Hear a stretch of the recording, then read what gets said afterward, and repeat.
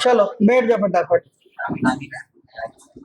यार कल तक हम लोग कौन सा टॉपिक पढ़ रहे थे भूल गया मैं। ट्रांसफार्मर पढ़ रहे थे। अच्छा, स्टेप अप हो गया था। बैठो फटाफट बैठो बच्चे।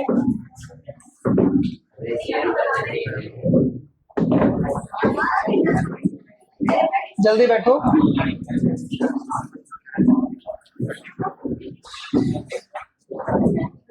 चलो बेटा,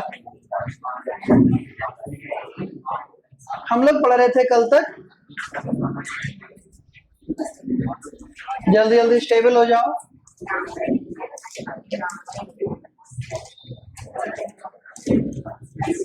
ट्रांसफार्मर, हल्का सा स्नैपशॉट्स उसका। हम लोग जानते हैं ट्रांसफार्मर दो टाइप के होते हैं, step up, step down.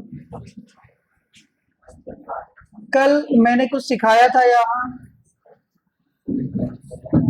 Step up transformer में कल मैंने सिखाया था, स्टेप अप ट्रांसफार्मर में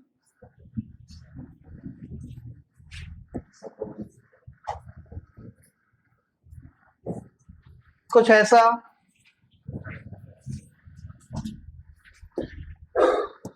यहां पे हमने जोड़ी एक बैटरी। बैटरी का मतलब एसी सोर्स, बैटरी नहीं। और यहां हम जोड़ते थे एक लोड रेजिस्टेंस आरएल, और ये होता था आउटपुट। ये सेकेंडरी कॉइल और ये कौन सी, primary. Step up up step up transformer में हम लोग जानते हैं प्राइमरी कॉइल के नंबर ऑफ टर्न्स क्या होते हैं, कम, इसलिए यहाँ का वोल्टेज भी कम। प्राइमरी कॉइल की थिकनेस ज्यादा, इसलिए यहाँ की करंट भी ज्यादा। सेकेंडरी कॉइल के नंबर ज्यादा, तो वोल्टेज ज्यादा। कभी जाबू जाके बाकू नहीं हिंदी बोलो। ये बाकू पीछे चमचागू क्या बोल रहे हो? अरे नंबर ऑफ टर्न ज्यादा तो वोल्टेज ज्यादा। थिकनेस कम तो करंट झपी झिकू नहीं या ज्यादा बोलो या कम बोलो, जखम मत बोल देना एक दिन, जखम। अगर थिकनेस कम तो करंट कंजड़ हो गए हो। थिकनेस कम तो करंट कम। मामला क्लियर था। ये था कल स्टेप अप ट्रांसफार्मर। लिखवा दिया था, इसके बारे में लिखवा दिया था। आज हेडिंग लिखो बेटा, स्टेप डाउन ट्रांसफार्मर। फिर सारे फार्मूला में एक साथ लिखेंगे। लिखो बेटा, छोड़ दे, स्टेप डाउन ट्रांसफार्मर।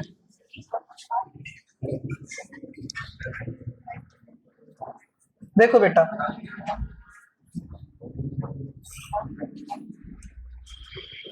आज का हेडिंग है स्टेप डाउन ट्रांसफार्मर।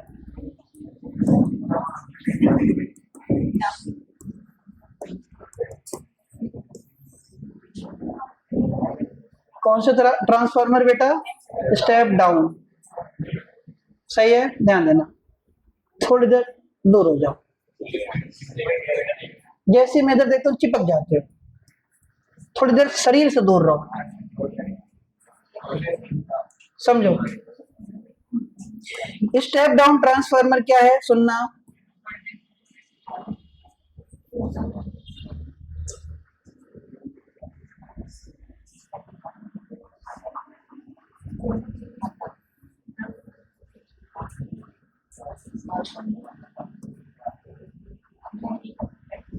समझो, स्टेप डाउन ट्रांसफार्मर में मामला ये है,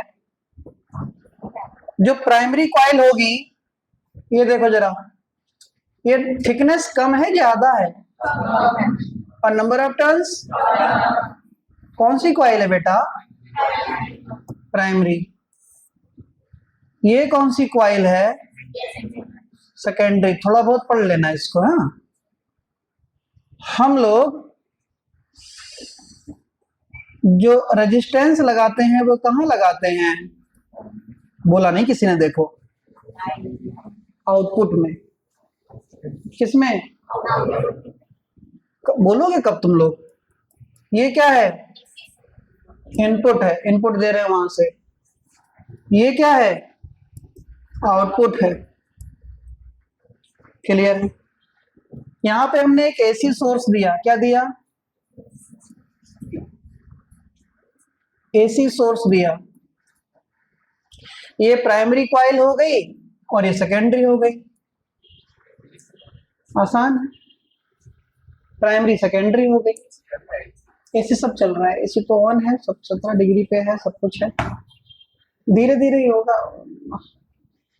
तो प्राइमरी कॉइल, सेकेंडरी कॉइल, जल्दी जल्दी बोलना। प्राइमरी कॉइल के नंबर ऑफ टर्न्स, ओके, ज्यादा, तो वोल्टेज ज्यादा, थिकनेस कम, तो करंट कम। किसमें? हाँ। अच्छा बेटा, सेकेंडरी के लिए भी बोल दो, number of turns come, voltage come, thickness ज्यादा, तो करंट ज्यादा। तो क्या सीखा तुमने? Step down. Step down high voltage को लो वोल्टेज में। एक बार में अगर यहां लिख दो, हाई वोल्टेज को लो वोल्टेज में, और लो करंट को हाई करंट में बदलता है कौन? Step down transformer. कौन सा ट्रांसफार्मर बेटा? Step down. हाई वोल्टेज को लो वोल्टेज में और लो करंट को हाई करंट में बदलता है कौन? Step down transformer. क्लियर होगी बात? ये इसका चित्र बनाओ, फिर मैं लिखवाता हूं फटाफट। ये बेटा लोड रेजिस्टेंस हो गया। हाँ, लोड रेजिस्टेंस कहते हैं कि सारा आउटपुट उसी रेजिस्टेंस पर ही डेवलप होगा, डिलीवर होगा, वहीं से हम एक्सट्रैक्ट कर लेंगे। लोड, सारा लोड उसी को मिल रहा है।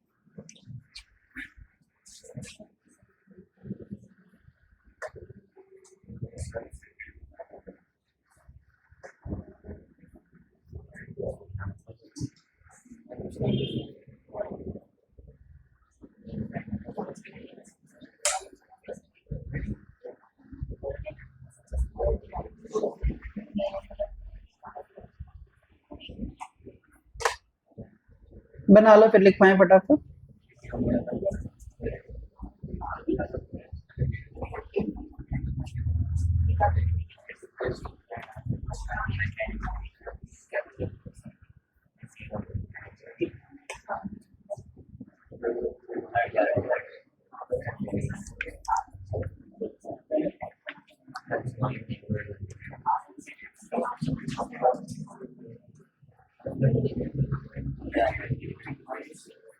हो गया?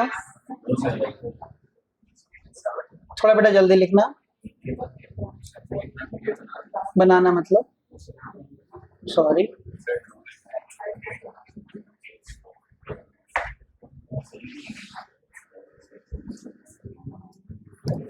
थोड़ा जल्दी बनाओ बेटा, टाइम मत खराब करो।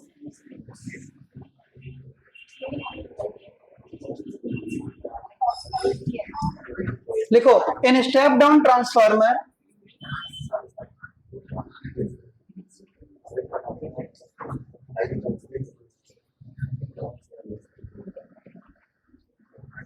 लिखा, बना लो।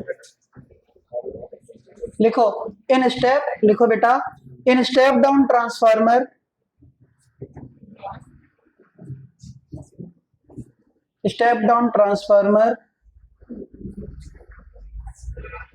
we can convert, in a step down transformer we can convert high voltage into low voltage,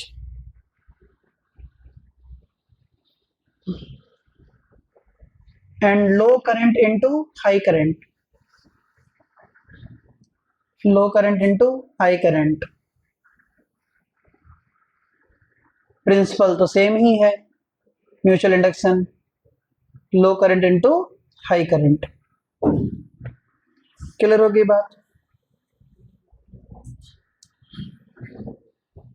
लिखो, इसके अंदर लिखो नेक्स्ट,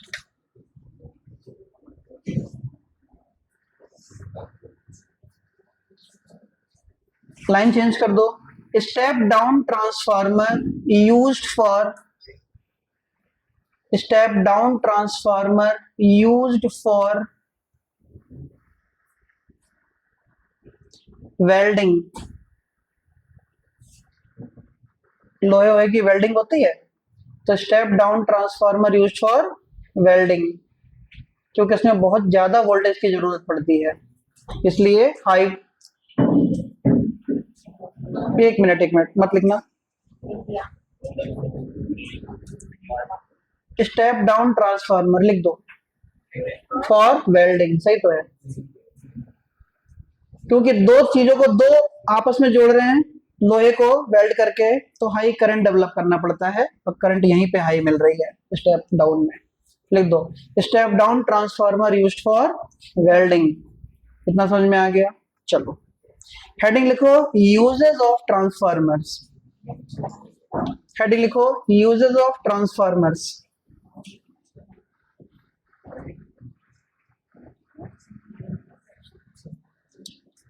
पॉइंट वाइज लिखते जाना बेटा, पहला पॉइंट लिखो, ये पूछ लेते हैं कभी कभार एक आध नंबर में, लिखो in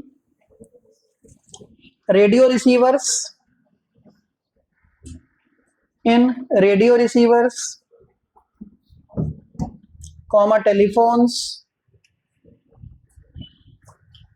radio receivers comma telephones comma loud speakers, loud speakers, क्या कोई है क्या लाउड स्पीकर? नाम है किसी का? Loud speaker.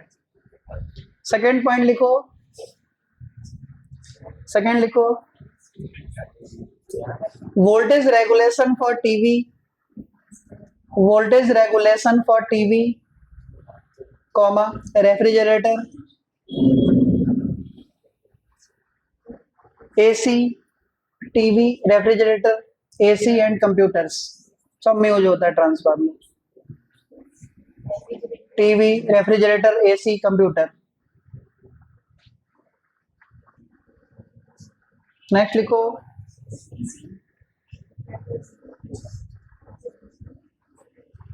Step down transformer used for, इसी में लिखते जाओ point wise, step down transformer used for, step down step down पूरा साफ साफ लिखना, एकदम शुद्ध इंग्लिश में, step down transformer used for melting, used for melting the metals, melting the metals in furnace, furnace Bhatti, furnace FURNACE, furnace, metal को पिघलाने के काम आता है स्टेप डाउन ट्रांसफार्मर, जितनी ज्यादा करंट, हीट ज्यादा मेटल पिघल जाएगा। नेक्स्ट लिखो, step up transformer used for, अब चेंज कर करके सब मिक्स है, step up transformer used for, सब मिक्स लिखवा रहे, एक्सरे प्रोडक्शन, एक्सरे बेटा, step up transformer used for X ray production, X ray, किसी की हड्डी पड्डी टूटी हो कभी तो एक्सरे कराने जाते हैं वहां, तो स्टेप अप ट्रांसफार्मर लगा रहता है, एक्सरे बनाते हैं उससे। नेक्स्ट लिख लो last,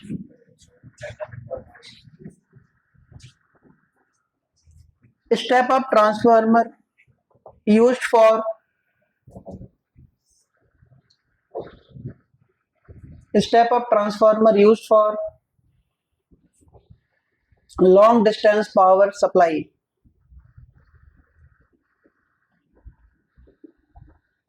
long distance power supply,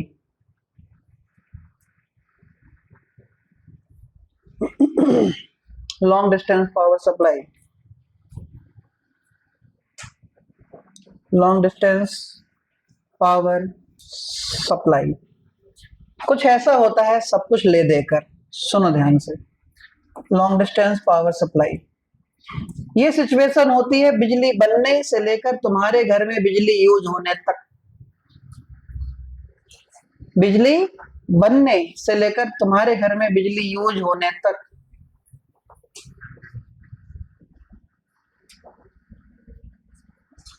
पहली चीज। दूसरी चीज, तीसरी चीज। भैया सबसे पहले नंबर पर क्या चीज है? यहां पर है जहां पे पावर स्टेशन या पावर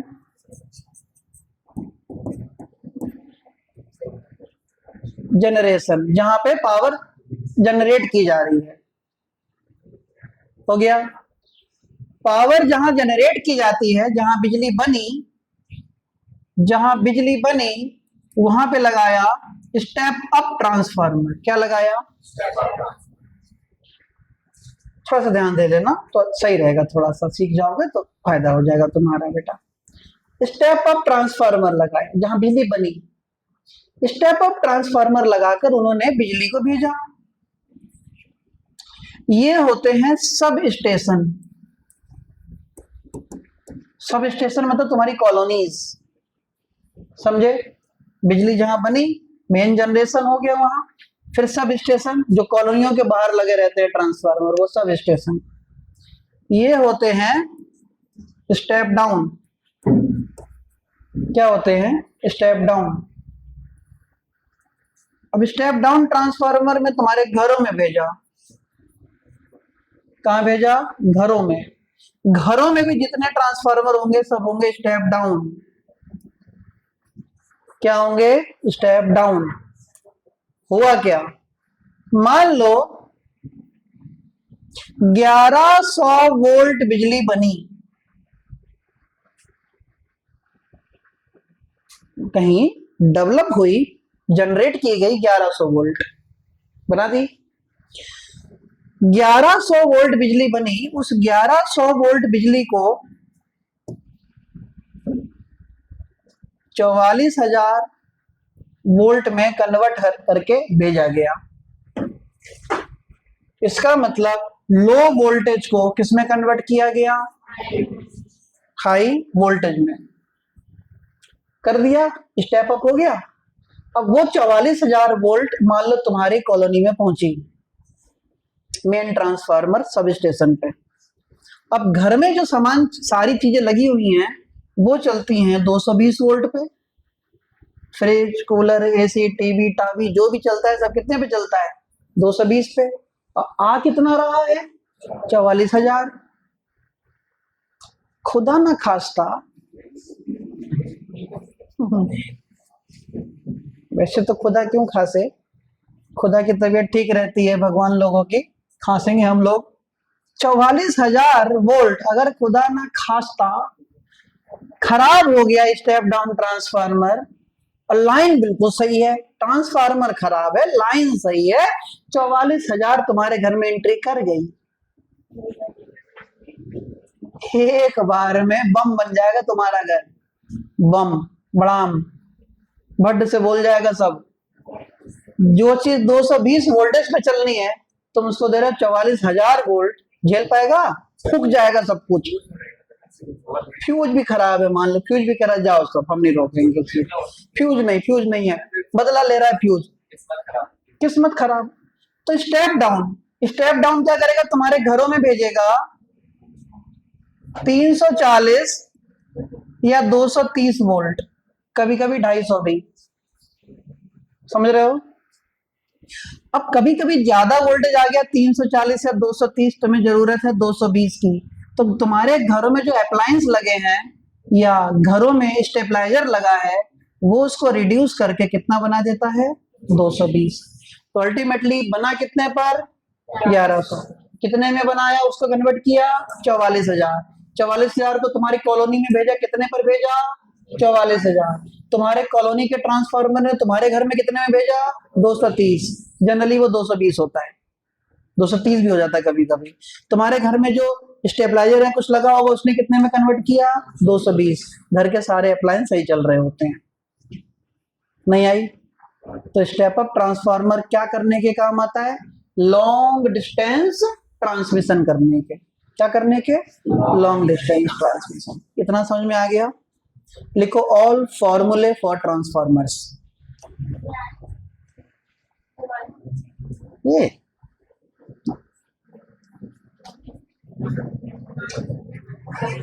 लिखो ऑल फॉर्मूले फॉर ट्रांसफार्मर्स। नहीं लिख पाए? लिखवा, सब एक साथ लिखवा देंगे। ऑल फॉर्मूले, ये बना लो कॉपी में, बना लो बना लो।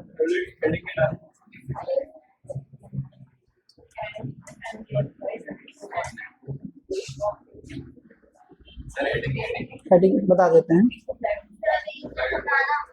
नहीं हटा रहे हैं बेटा, नहीं हटा रहे, मत नाराज हो।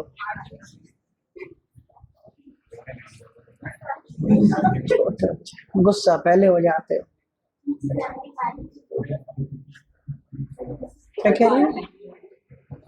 तो बोलो गुस्सा। कोई फर्क नहीं पड़ता अभी।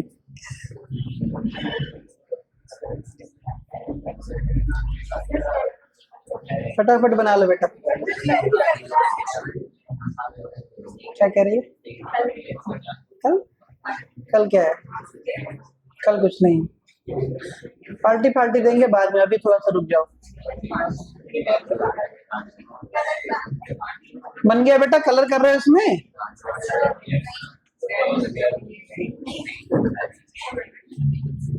तीन डिब्बा बनाना है, उसमें घंटा भर लगा रहे तुम दूसरा डिब्बा बनाने में।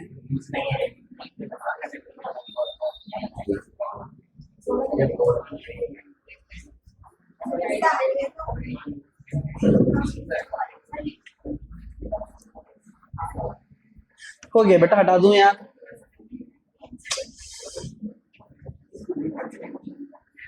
गलत बात है बहुत। तुम लोग ना धीरे लिखने की जो आदत है तुम लोग देखना, कसम से बता रहा हूं, धीरे लिखने वालों सुन लो, तुम कम से कम 15-20% पेपर छोड़ाओगे बोर्ड में।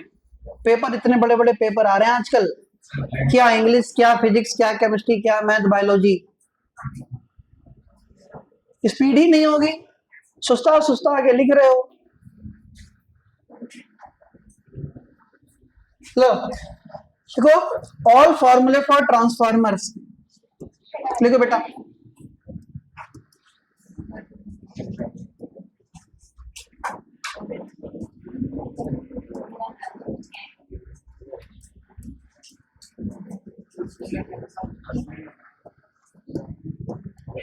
चलो भैया आवाज आ रही है तुमने ऑनलाइन में सबको?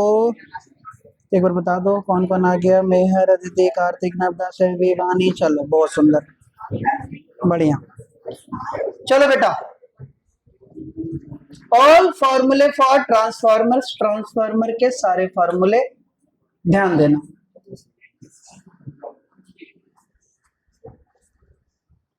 ट्रांसफार्मर के सारे फॉर्मूले। छोटा सा क्वेश्चन, देखें कितनों को याद रहा कितनों को नहीं रहा। वैसे तो याद ही होगा, छोटी सी बात है। Ohm's law pass fail? धन्यवाद। एक बात बताओ, जो ट्रांसफार्मर हम लोगों ने लिया बेटा, सीरियस रहना, जब हम तुम्हारे बराबर थे तब हम मतलब टीचर पढ़ा रहा होता तो पहले पढ़ लेते थे, पढ़ के सीख लिया, ये टॉपिक अपना हो गया, अब कर रहे हैं बातें, अब भूलेंगे थोड़ी। पढ़ाते समय अगर तुम बातें किए तो जिससे बात कर रहे हो वो तुम्हारा कभी नहीं है, ना था ना है ना होगा, टॉपिक भी तुम्हारा नहीं हुआ, कहीं के नहीं रहे।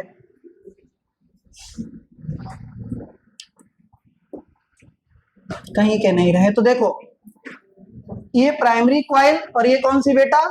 Secondary coil.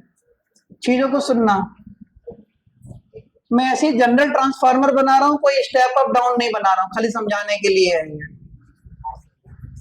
Secondary coil, primary के नंबर ऑफ टर्न्स, सेकेंडरी के नंबर ऑफ टर्न्स प्राइमरी की करंट, सेकेंडरी की करंट, प्राइमरी का वोल्टेज, सेकेंडरी का वोल्टेज, प्राइमरी का फ्लक्स। बोलो, पढ़ नहीं पा रहे हो? सेकेंडरी का फ्लक्स पक्का, number of turns, current, voltage, flux, number of turns, current, voltage, flux. और सेकेंडरी में हम एक रेजिस्टेंस लगाते हैं, क्या बेटा? RL। क्या लगाते हैं?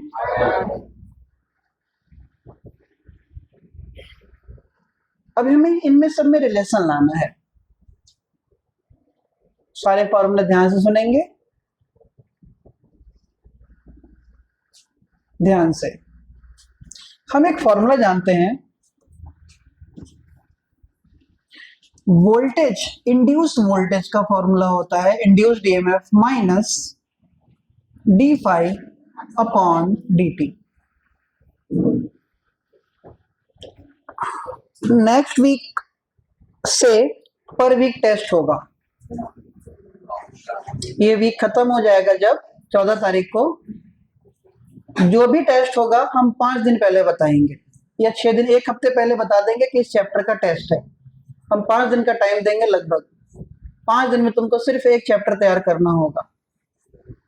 5 दिन में एक चैप्टर तैयार करना होगा। क्यों कह रहा हूं मोर देन? मैक्सिमम टाइम है 5 दिन बेटा, क्योंकि याद रखना बोर्ड के एग्जाम में पहला पेपर इंग्लिश होगा, दूसरा फिजिक्स होता है हर साल, और बीच में 2 दिन की छुट्टी मिलती है। संडे अगर तुम्हारी किस्मत होगी तो 3 दिन हो जाते हैं, इससे 1 दिन ज्यादा छुट्टी बोर्ड वाले नहीं देते हैं। सुन लेना, अब बात करना आपस में, सुनना प्लीज, पहले सुनना।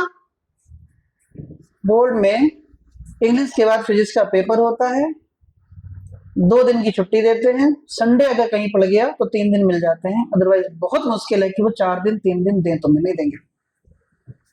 क्योंकि इस चीज के लिए एक बार ये हुआ था कि 2 दिन की छुट्टी दी थी, 30 दिन पेपर था, संडे नहीं था, तो बहुत सारे टीचर्स ने, फिजिक्स के जो हम लोगों की ग्रुप है पूरा, कम से कम 1700-1800 टीचर्स का, पूरा उत्तराखंड प्लस यूपी मिला के बहुत सारे टीचर आपस में हम लोग जुड़े हुए हैं। हम लोगों ने एक साथ मेल किया सीबीएसई को, सेम मेल सीबीएसई को किया कि इतनी छुट्टी कम आपने फिजिक्स के पेपर में क्यों दी। सीबीएसई के डायरेक्टर का मेल आता है रिवर्स रिप्लाई में, वो तो सीधे सीसी करते हैं, कॉपी टू ऑल।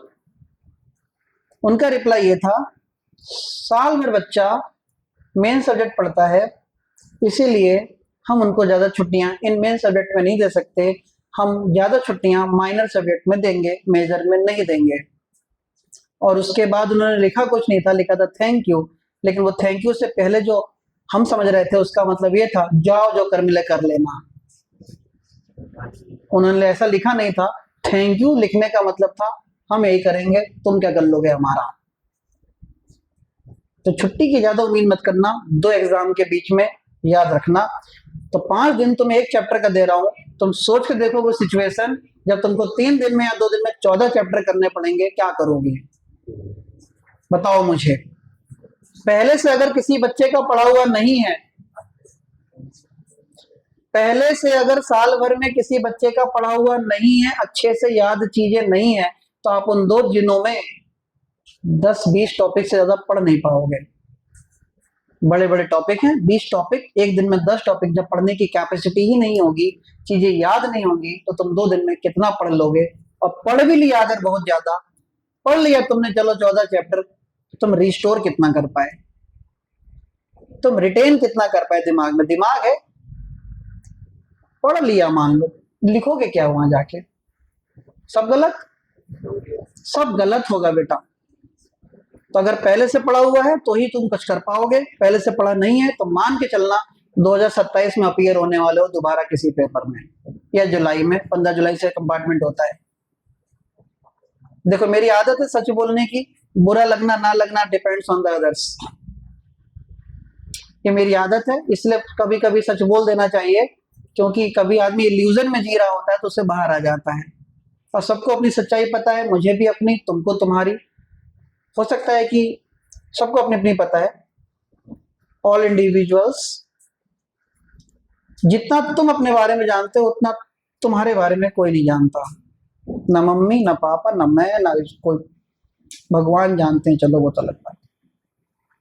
इसीलिए तो अगर तुम अपने बारे में जानते हो तो ध्यान दे देना, एक कागज पे लिखना, जाके एक कागज के बाइफरकेट करना, क्या आता है क्या नहीं आता है।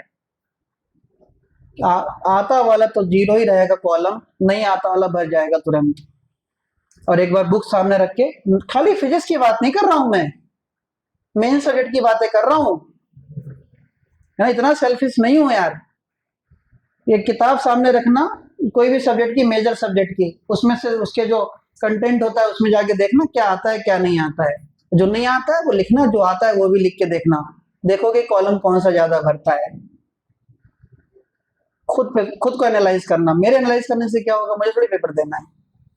इसलिए कृपया करके नेक्स्ट वीक से हर वीक एक टेस्ट होगा, 5 दिन में एक बार टेस्ट होगा, एक चैप्टर का।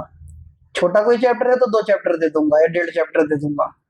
ऑल्टरनेटिंग करंट बड़ा चैप्टर है तो अकेला एक चैप्टर होगा, पहला चैप्टर के साथ मैं दूसरा चैप्टर दूंगा, वो दोनों चैप्टर मिक्स टेस्ट लूंगा मैं, electric potential and capacitance and electric field and charges. पढ़ते हुए 6 महीना हो गया उसको, वो 2 चैप्टर का टेस्ट एक साथ लूंगा, बाकी सिंगल सिंगल होगा। हाँ रिटन टेस्ट होगा, कोई एमसीक्यू के चक्कर नहीं, लिखना है वहां पे, तुम लोग लिखने की आदत ही नहीं है, वहां पे तो लिखना पड़ेगा ना। एमसीक्यू क्या करूंगा मैं लेके, लिखना ही नहीं पता है, डेफिनेशन लिखनी नहीं पता है, किसी की थ्योरी लिखनी नहीं पता है, करोगे क्या फिर। मैग्नेटिज्म का टेस्ट और ईएमआई का टेस्ट एक साथ होगा, दोनों चैप्टर मिक्स होगा। ईएमआई छोटा चैप्टर है, मैग्नेटिज्म एंड मैटर छोटा चैप्टर है, कहीं नहीं, उसमें 6 टॉपिक हैं, तो 4 चैप्टर के टेस्ट मिक्स होकर 2 बार में हो जाएंगे, बाकी सब सिंगल सिंगल टेस्ट लूंगा। टेस्ट होगा 50 नंबर का, मार्क्स ग्रुप में भेजे जाएंगे पीडीएफ बना के एक साथ, और जो भी फर्स्ट सेकंड थर्ड होगा उसको 1000 रुपीज का इनाम होगा। फर्स्ट सेकंड थर्ड वाले को, फर्स्ट वाले को 1000 का, सेकंड वाले को 500 का, थर्ड वाले को 300 का। जो भी इनाम, वो गिफ्ट तो गिफ्ट होता है, वो कुछ भी दूं मैं, हर 2 टेस्ट पे एक बार गिफ्ट। अरे तो अगर मान लो एक दिन पहले, उससे कोई मतलब नहीं है, देखा जाएगा, एवरेज निकाला जाएगा कौन सबसे टॉप पे रहा। फिर आप पहले लास्ट। अब मुझे जो कहना था कह दिया, तुम जानो, तुम्हारा काम जाने। इधर देखो, और जो टेस्ट में अपीयर नहीं हुआ, बीमार पड़ गया, शादी ब्याह हो गया घर में, किसी के घर में बच्चा हो गया पैदा, ये सब चीजें हो सकती हैं, जो ट्रेजेडी हो सकती है किसी के घर में, मामा की शादी होगी तिवारा, बच्चे एक तो के छुट्टी लेते हैं। पिछले साल एक बच्चा था, उसने जुलाई में बोला मामा की शादी में, सब 3 दिन की छुट्टी देते, एप्लीकेशन लिख के दिया, फिर सितंबर में मामा की, वो भूल गया किसके लिए छुट्टी ली थी, फिर उसने मामा की शादी, मैंने कहा बेटा कितने मामा है, बोला एक ही, मैंने कहा अच्छा, इन्हीं की शादी जुलाई में हुई थी, इन्हीं की तो सितंबर में कर रहा है। याद रखना छुट्टी किस नाम पे ले रहे हो, E equal to minus d∅/dt, formula है गलत अभी, अगर नंबर ऑफ टर्न्स n है तो n लगा दो, तो फॉर्मूला बन गया E इक्वल टू माइनस का m d∅/dt। सबका ध्यान अभी बोर्ड पर। अगर प्राइमरी कॉइल है तो वोल्टेज है E1, तो मैंने बेटा ये लिखा या E1। प्राइमरी कॉइल है तो नंबर ऑफ टर्न्स है N1, तो मैंने यहाँ लिखा N1। प्राइमरी हो जाए सेकेंडरी और फ्लक्स रिमेन सेम, तो मैंने इसको नहीं छुआ, d∅ को ही d∅ रहने दिया। सिमिलरली मैंने लिखा E2, क्या होगा बेटा N2, कितना d∅/dt, दोनों को डिवाइड कर दिया, d∅ से d∅ मर गया, माइनस से माइनस मर गया, तो E1/E2 इक्वल टू कितना आया N1/N2। पहला फॉर्मूला तैयार। बच्चों ये फॉर्मूला है वोल्टेज और नंबर ऑफ टर्न्स में, और कल बताया भी था डायरेक्टली प्रोपोर्शनल होते हैं, नंबर ऑफ टर्न ज्यादा तो वोल्टेज ज्यादा, कम तो कम, पहला फॉर्मूला। चलो दूसरा फॉर्मूले की तरफ बढ़ते हैं। कहा यह जाता है for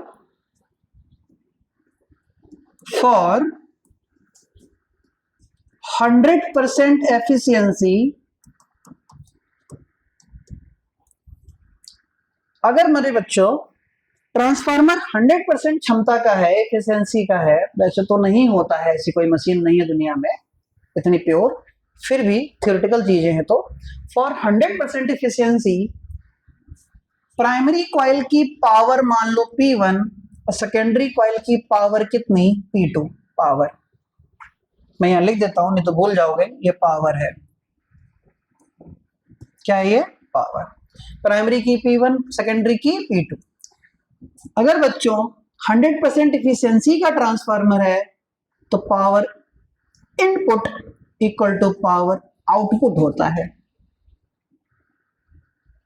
power input equal to power output होता है। अगर इसको देख के तुम्हें डर लग रहा है तो चुपचाप ऐसे लिख दो, P1 इक्वल टू P2 होता है। पावर कितना होता है बेटा? P1 equal to P2। Class 10th में तुम लोगों ने एक फॉर्मूला पढ़ा था, बहुत सुंदर। पावर इक्वल टू, उधर से आंसर आया, power equal to VI, voltage into current, है ना? हाँ, पावर इक्वल टू बेटा वोल्टेज इनटू करंट। अभी आया कैसे, एक बार हल्का सा बता दो, तुम्हारे नॉलेज में रहना चाहिए। पावर इक्वल टू होता है work upon time. V equal to क्या होता है? W upon Q। V equal to क्या होता है? बोलो ना, W अपॉन Q। तो W इक्वल टू कितना? VQ upon T। I equal to क्या होता है? Q upon T। तो Q इक्वल टू क्या होता है? IT। तो Q की जगह क्या लगा दो बेटा? IT upon T। T से T मरा तो P इक्वल टू कितना? VI। नहीं आई तो पावर इक्वल टू कितना होता है? VI। कुछ समझ में आया? गुड। तो यहां पे आए जरा, P1 इक्वल टू P2 मतलब VI voltage into current equal to voltage into current. भैया प्राइमरी की वोल्टेज बोलना E1, करंट सेकेंडरी की बोलो करंट। जरा अच्छे से लिखें तो E1 upon E2 equal to I2 upon I1। लो, ओम्स लॉ फेल। देख रहे हैं मेरे बच्चों, ओम्स लॉ फेल। अगर W बनाते समय 3-4 बार ऐसे ऐसे हो जाए तो चिंता मत करना, वो W ही होता है, वो सब इंग्लिश में कर्सिव है। तो E1 upon E2 equal to कितना? I2 upon I1। करंट ज्यादा, वोल्टेज करंट कम, ओम्स लॉ खत्म हो गया, बेकार हो गया। आ गया प्रूफ होकर सारा कुछ। चलो, ये 2 फॉर्मूले हो गए। आगे बढ़े थोड़ा सा तीसरे फॉर्मूले की तरफ। एक नाम आएगा बेटा, ट्रांसफॉर्मेशन रेशियो। क्या आएगा? Transformation ratio. इसको शो करते हैं हम लोग K से। किससे शो करते हैं? K से। किसको? ट्रांसफॉर्मेशन रेशियो को हम किससे शो करते हैं? K से। आसान सी बात है, फॉर्मूला होता है इसका N2 अपॉन N1। क्या होता है बेटा? याद रखना है, N2 और N1 के रेशियो को हम कहते हैं बेटा क्या? Transformation ratio. याद रख लोगे, आसान आसान, तुम खुद देख रहे हो। अच्छा, अगर इसी में ट्रांसफॉर्मेशन रेशियो का फॉर्मूला मैं E के टर्म्स में बनाऊं, E के, तो क्या लिखूंगा? E2 upon E1। ये ट्रांसफॉर्मेशन रेशियो में I के टर्म्स में बताऊं तो क्या लिखूंगा? I1 upon I2। नहीं आई क्या? तो ये पूरा तुम्हारे क्या आइटम मिल गया? Transformation ratio. इसी के आगे थोड़ा सा बढ़ जाए तो आएगा एफिशिएंसी। क्या आएगा बेटा? Efficiency of transformer. एफिशिएंसी को हम शो करते हैं ईटा से। किससे? ईटा। पहले से पता था ये सिंबल किसका है? देखो, अब तो ईमानदार बच्चे तो तुम हो, कई बार ऐसी ईमानदारी तुमने दिखाई है, अच्छा लगा। कितने लोगों को पता था कि ये ईटा ही है चित्र इसका? चलो कोई, बहुत अच्छा, गुड। ये मैं लिख देता हूं, तुम बच्चे तो सच्चे हो सब, ये तो हमें अच्छा लगता है देख के। ईटा, झूठ नहीं बोलते, ये बड़ी प्यारी बात है। ईटा। नहीं तो तुम्हारे जैसे बच्चे हम झूठ बहुत बोल देते हैं, कई बच्चे हैं जो हमसे झूठ बोलते निकल देते हैं ऐसे ही, तुम झूठ नहीं बोलते, अच्छा लगता है। ईटा का फॉर्मूला होता है power output upon power input, power output upon power input, सही है। अरे भैया, तो ईटा इक्वल टू बेटा पावर आउटपुट का मतलब कितना, P2 अपॉन P1। P2 क्या होता है, वोल्टेज E2I2 अपॉन E1I1। ये फॉर्मूला किसका आ गया, इफिशियंसी का, इनटू 100%, परसेंटेज में इनटू 100 कर दो। नई बात समझ में आई, पक्का। तो ये बन गया किसका फॉर्मूला बेटा, इफिशियंसी का। नहीं आई यार, तो कुल मिला के तुमने जो फॉर्मूले सीख लिए वो ये सब सीख लिए। वोल्टेज और नंबर ऑफ टर्न्स में रिलेशन, वोल्टेज और करंट में रिलेशन, ट्रांसफॉर्मेशन रेशियो का सारा रिलेशन, इफिशियंसी का सारा रिलेशन। यस और नो, बहुत बढ़िया, नोट कर लो इसको।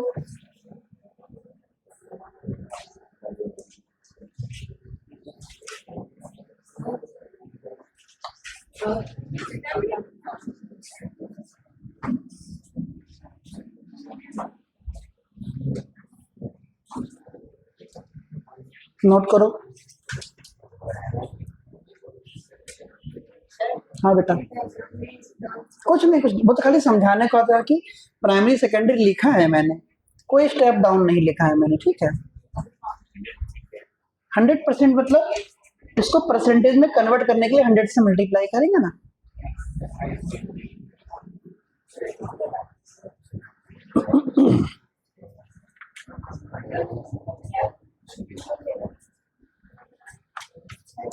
चलो, हाँ बेटा, ईटा हमेशा परसेंटेज में रहेगा, इफिशियंसी ऑलवेज इन परसेंटेज। हाँ, लिखा।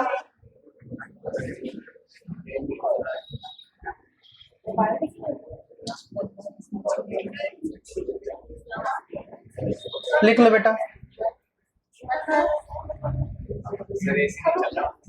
इसी चल रहा है, वो थोड़ा सा सर्विसिंग करानी उसकी है ना, संडे कराऊंगा मैं, कई दिन हो गए, वो जाम हो गया होगा, वो सब जाली बंद हो जाती है ना उसकी, टाइम नहीं मिल रहा है यार। उसको नहीं देर लगेगी, हम कब मिलेंगे उसको। अब इस समय में एसी वाले को बुलवा लो सही करवाने को, तुम लोग बैठे रहो, बुलवा को साफ करते एक तो वैसी, एक तो कोड ऊपर से खुजली, ऐसी नहीं पढ़ते हो। वो जो पानी मारते नहीं, अरे देखो ध्यान से, तीसरा नेक्स्ट फॉर्मूला देखो इसका। एक बात बताओ, इस ट्रांसफार्मर में तुम देख रहे हो यहां एक रजिस्टर लगा है, बोलो हाँ। भैया रजिस्टर भी है, वोल्टेज भी है, करंट भी है, तो ओम्स लॉ ओवरऑल तो फेल हो रहा है। सबका ध्यान बोर्ड पर जरा, मजे नहीं लेने। रजिस्टर भी है, करंट भी है, वोल्टेज भी है, ओवरऑल तो ओम्स लॉ फेल हो रहा है। अरे लेकिन सिर्फ सेकेंडरी में तो ओम्स लॉ लग ही सकता है। सुनते हो कुछ, हमारी भी सुन लो यार। सिर्फ सेकेंडरी में तो ओम्स लॉ लग ही सकता है, पूरे में तो फेल होगा ही, तो हम सिर्फ लगाएंगे ओम्स लॉ इन सेकेंडरी। तो फॉर्मूला होता है बेटा V equal to I R, V की जगह कौन E2, I की जगह कौन I2, R की जगह RL। कभी कभी R लिखा हुआ देखा, डरना मत। तो यहां से क्या आ गया, I2 इक्वल टू कितना, E2 अपॉन RL। नोट करो इसको, इन सेकेंडरी कॉइल।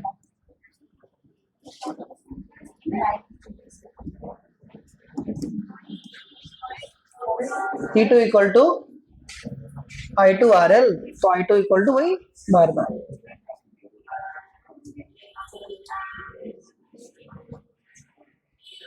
लिख लो इसको फटाफट।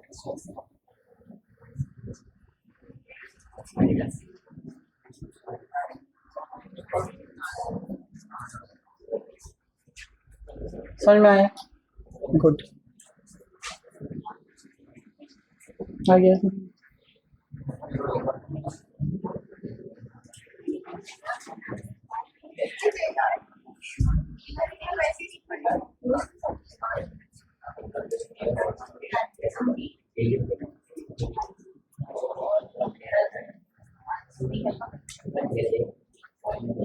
तो कुल मिलाकर तुम लोगों ने जो फॉर्मूले सीखे वो ये थे, बोर्ड पे देखो। और अभी हम करेंगे ट्रांसफार्मर का एक क्वेश्चन स्टार्ट।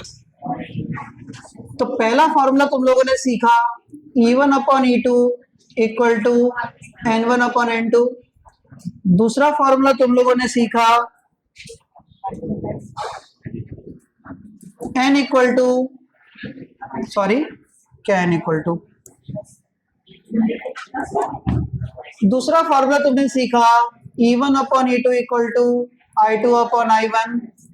तीसरा फॉर्मूला सीखा K equal to N2 upon N1 equal to E2 upon E1 equal to I1 upon I2। चौथा फॉर्मूला तुम लोगों ने सीखा P1 इक्वल टू P2 मतलब E1 I1 equal to E2 I2। पांचवा फॉर्मूला तुम लोगों ने सीखा efficiency E2 I2 upon E1 I1 into 100%। छठा फॉर्मूला तुम लोगों ने सीखा आउटपुट के लिए I2 इंटू R या I2 equal to E2 upon R। इतना सीखा, सारे फॉर्मूले ऑफ द ट्रांसफार्मर। क्लियर है? क्वेश्चन लिखो पहला।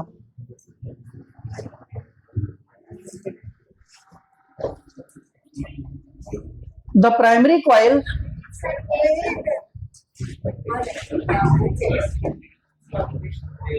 प्राइमरी कॉइल का नाम लेते ही मन में कुछ चित्र बन जाए तुम्हारे, ये नहीं कि कुछ दिमाग शून्य पड़ा हुआ है। ये प्राइमरी, ये सेकेंडरी। ऑनलाइन वाले बता दे भैया आवाज आ रही है कि नहीं बच्चों। तुम लास्ट में कह दो कहीं आवाज ही नहीं आ रही, हम कहाँ के लिए। हाँ बढ़िया, सबको आ रही है आवाज। चलो सुनो भैया, पहला क्वेश्चन है।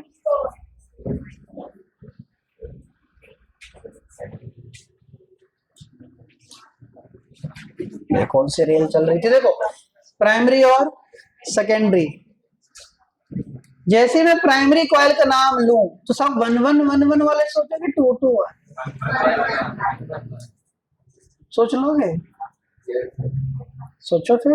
देखो primary coil of an ideal step up transformer.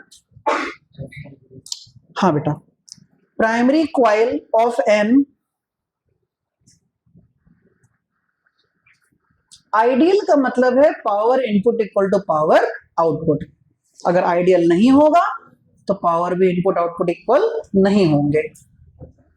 सुना? yes. सुना? yes, yes. अगर आइडियल नहीं होगा तो power input power output equal नहीं होंगे, इफिशियंसी भी 100% नहीं होगी। पक्का? लिखो, हटा दो बेटा, हटा दो।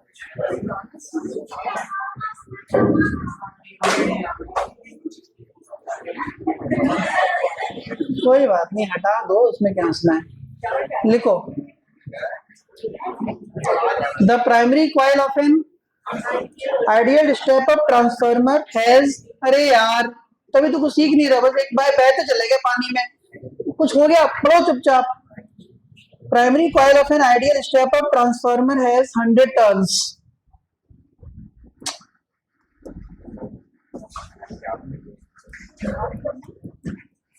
कितने turns? 100 turns. And the transformation ratio is also 100। Half yearly में नंबर कम है ना, देखना तो कूटूंगा रख के मैं कसम से। 1 महीने की बात है, हाफ ईयरली में नंबर कम आ गया ना किसी के, कसम से बता रहा हूं मैं, एक भी लात जमीन पे नहीं गिरेगी, सब पीठ पे। ट्रांसफॉर्मेशन रेशियो इज ऑल्सो 100 हो गया। आगे लिखो, the input voltage the input voltage, क्या दिया इनपुट वोल्टेज का मतलब? E1. Input voltage is 220 volt. Input voltage is 220 volt. Input power is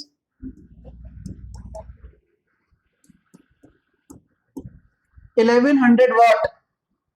सब दे दिया इनपुट का। कैलकुलेट, अब पता क्या क्या करना है, देखो कैलकुलेट। पहला number N2, number of turns in secondary. बहुत बहुत धन्यवाद, एकदम उधर आंसर आ भी गया। N2 बोले उधर आंसर बोल दिया।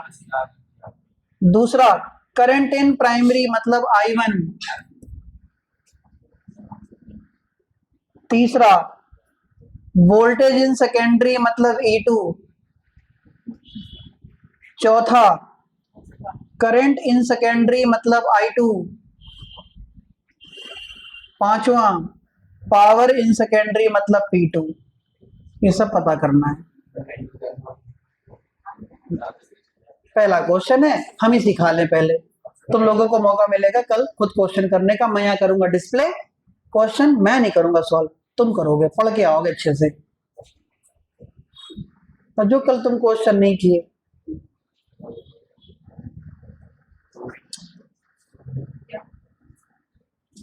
खोल देंगे बेटा मुंह, हम ईंटा रखेंगे यहाँ पे, बड़ा सा मुंह पे ऐसे मार देंगे। देखो सबका ध्यान बोर्ड पे, जिसको आता है वो भी बोर्ड पे देखो, नहीं आता तो भी देखो।